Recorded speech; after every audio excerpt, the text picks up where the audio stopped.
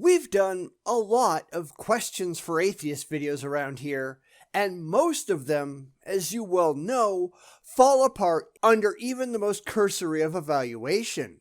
These are things we can easily answer. It's the ignorance of the theists that we've got a problem with. So, if you like that, here we go again. These aren't hard questions, they're just dumb people.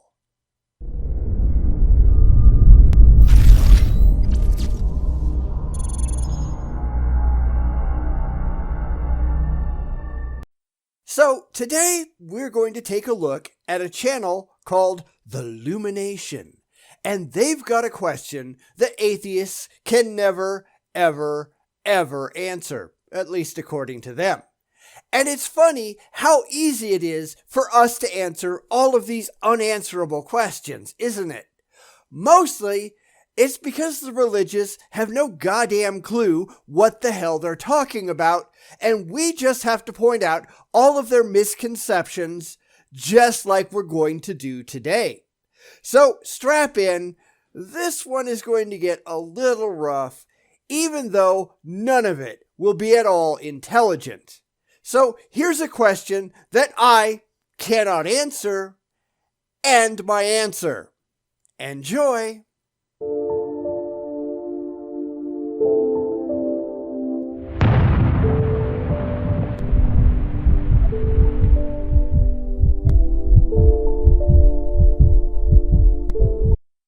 I'm willing to bet, without having seen any of this yet, that this will be a question that any atheist could answer in their sleep. This is something that I've noticed in all of these questions atheists can't answer videos. The theists have zero clue what atheists are, how we think, or what we believe, or in this case, don't believe, which is why they get absolutely everything completely wrong. I mean, I understand exactly what it's like to be a theist because I was once a theist. I have personal experience under my belt, and I can comprehend how they are looking at things because I once looked at them that way myself. But a lot of theists, most theists in fact, have no experience outside of being a believer. They were born and bred that way according to them. They can't even imagine what it might look like not to be what they are. So they come up with ideas that are utterly bizarre to anyone outside of their little religious cult. And that's why these questions never go anywhere useful. They're not really asking us, they're asking themselves. But hey, let's see if I'm wrong. It's an undisputed fact that human beings are the most intelligent living beings on the planet.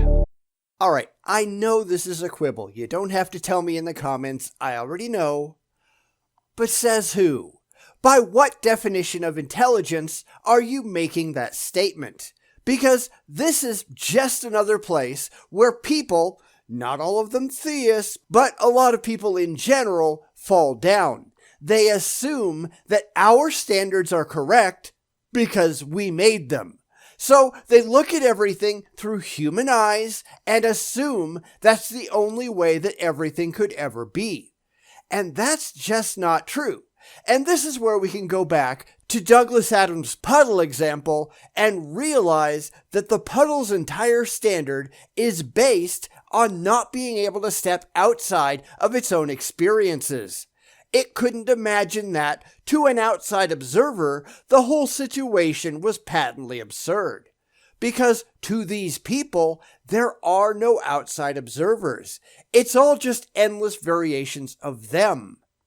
And that's wrong.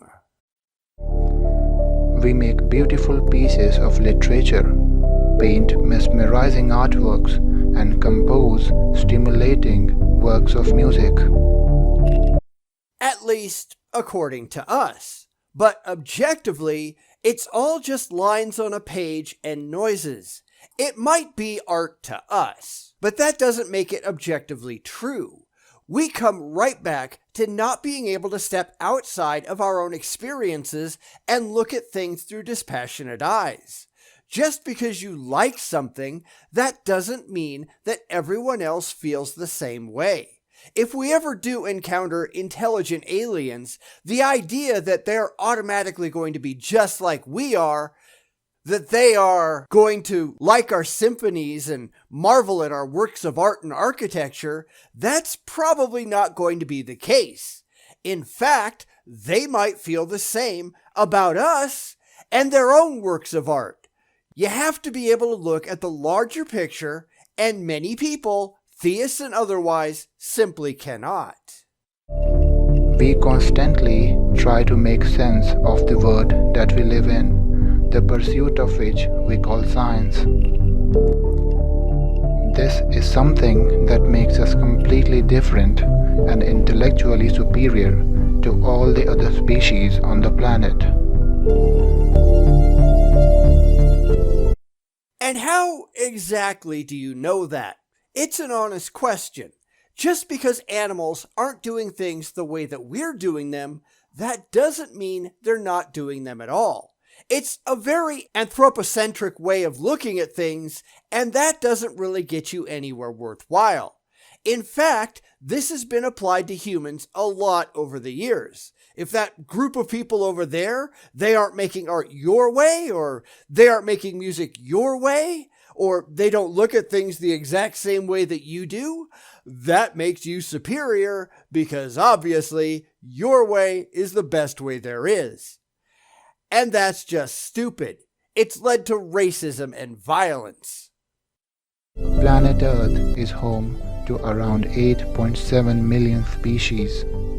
Yet, only one of these 8.7 million species evolved enough to become the unrivaled master of the planet. Tell that to the weather. Tell that to volcanoes. Tell that to insects that make up thousands and thousands and thousands of species and have completely avoided man's ability to control them. We're just not that hot, sorry. We're just another animal on this rock. We might have a lot of power, but that doesn't make us all-powerful like a lot of people want to think. This is unearned superiority that we simply do not have in reality. Do try again. So here's the question. Why did evolution favor only one out of a billion species to reach the peak of intelligence? It didn't. But this goes back to what I was saying before about the religious being unable to look beyond their beliefs and see objective reality. Evolution doesn't work like that. It never has, and it never will. It doesn't favor anything. Often, we were just in the right place at the right time, under the right conditions to survive. None of this was planned. Most of it was just the luck of the draw, and given slightly different conditions, some other species could have wound up where we are, and we could have gone extinct. See, they like to play the "we're special" card. They're using humanity as the benchmark for what is superior, and anything that doesn't measure up to us, well, that must be inferior, right? And as I keep saying, that's just stupid. All we have to do is change the benchmarks. If we decide that the ability to run fast is what's important, then humans lose big time. The cheetah becomes the best species on the planet. Or if we decide that being able to fly high under your own power means the most, then we lose again, and the Asian bar-headed goose wins. Raw physical strength goes to the dung beetle, which can outlift any other animal on the planet compared to its weight. Toughest? Well, tardigrades win that one hands down. They will outlive us all. You can't just use yourself as the standard and then criticize everything else for not measuring up. That's patently dishonest, and I don't think a lot of people even know that they're doing it. Why could other species not evolve to become as advanced as human beings are today? Why has evolution been so generous to only the Homo sapiens and not to the other species? Because that's not what's going on. Evolution isn't generous. Evolution isn't intelligent. It didn't arbitrarily pick humans because we're magically special. We just wound up where we are because we were the best adapted species in our particular ecological niche at the time. That isn't a guarantee. We could be wiped out tomorrow by a plague that we cannot cure, and the planet would jockey for the next species to move up the evolutionary ladder. We're here because of luck, not because we deserved it, not because something favored us to be here. Yet the religious, nearly universally across the board, hold that man is somehow special, that we're the favored species of some imaginary father figure in the sky, and that we're going off to some kind of magical paradise after we die, if we only do the right things and utter the right prayers and follow the right arbitrary rules. And that's just dumb. It really is. We got here not through anything that we did, not through anything that we earned, but through pure luck and being in the right place at the right time. If that makes you proud in some way, I don't know what to tell you. Why has evolution been so biased against the other species? It hasn't. Because here's what I was saying about the religious inability to step back. And I know it isn't just the religious, but that's what we're watching at the moment, so we'll just kind of stick with it. Evolution isn't biased. It isn't an intelligent process. We did nothing at all to earn our place. We don't deserve it. We just found ourselves here through no good works on our own, and it could change tomorrow, as I said. There's a certain disease that shall not be named that has been running around, and had it been a little more serious and we'd been a little less quick on the draw, it could have wiped out most of humanity. Look at what the Black Death did in the Middle Ages. If they had had intercontinental travel back then, who knows where we'd be sitting today? If there was another massive asteroid that hit the planet, just like there was 65 million years ago, we might be gone. We're not that special. Sorry to burst your bubble. We're just not. One can say that it's all because of chance, but that would require a huge amount of blind faith in a scientific theory. Isn't that just what you're doing right now with your religion? Science requires no faith at all. In fact, faith is the antithesis of science. You don't need to have faith in reality because reality doesn't give a damn about us. Reality has no capacity to give a damn about us. Reality isn't intelligent. Reality has no means to care. But the religious really like the idea of anthropomorphizing everything. They want to assign purpose and meaning and try to justify their perfect existence so that we somehow deserve to be where we are, even though we really don't. Because, according to them, we're special. Except we're not. Because these people have a huge problem getting out of their own heads, and that's largely why they believe what they believe. Some book tells them something that appeals to them on an emotional level. Therefore, it has to be true. Except that's not how rational evaluation works. But they don't care because they only care about their own happiness.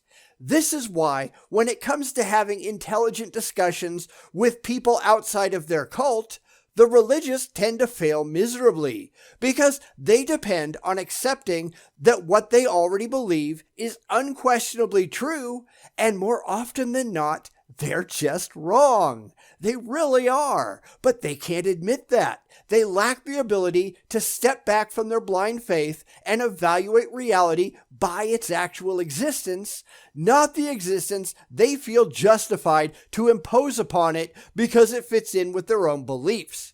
It's why faith is such a waste of time. You don't accept things because they make you happy. You accept things because they are demonstrably true. At least that's how it works if you're not a theist or an idiot.